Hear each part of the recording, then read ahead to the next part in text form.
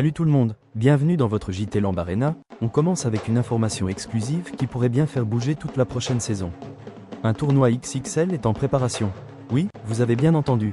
Un tournoi qui pourrait réunir près d'une vingtaine de lutteurs, des VIP mais aussi les meilleurs de l'antichambre. Derrière ce projet, on retrouve Monsieur Hugues Boissy. Et selon les informations de Lamb Arena, les choses avancent.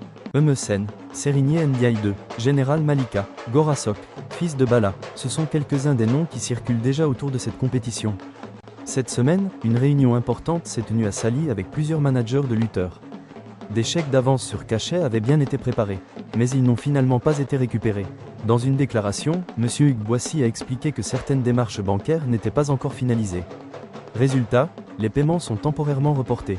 Bonne nouvelle tout de même, dès la semaine prochaine, il prévoit de régulariser la situation avec la banque afin de poursuivre le projet.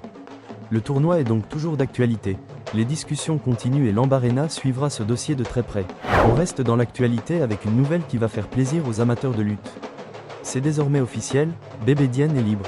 Une information très attendue qui relance immédiatement les spéculations autour de son retour dans l'arène. Après plusieurs mois loin des compétitions, le lutteur peut enfin se projeter vers son prochain défi. Et ce défi pourrait bien s'appeler Zarco.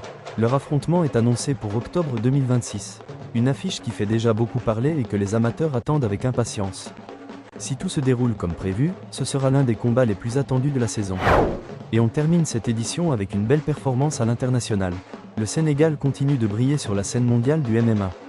Pour son tout premier combat au PFL, Moustapha Diakhaté n'a pas tremblé. Le Sénégalais s'est imposé avec autorité dès sa première apparition dans l'une des plus grandes organisations de MMA au monde.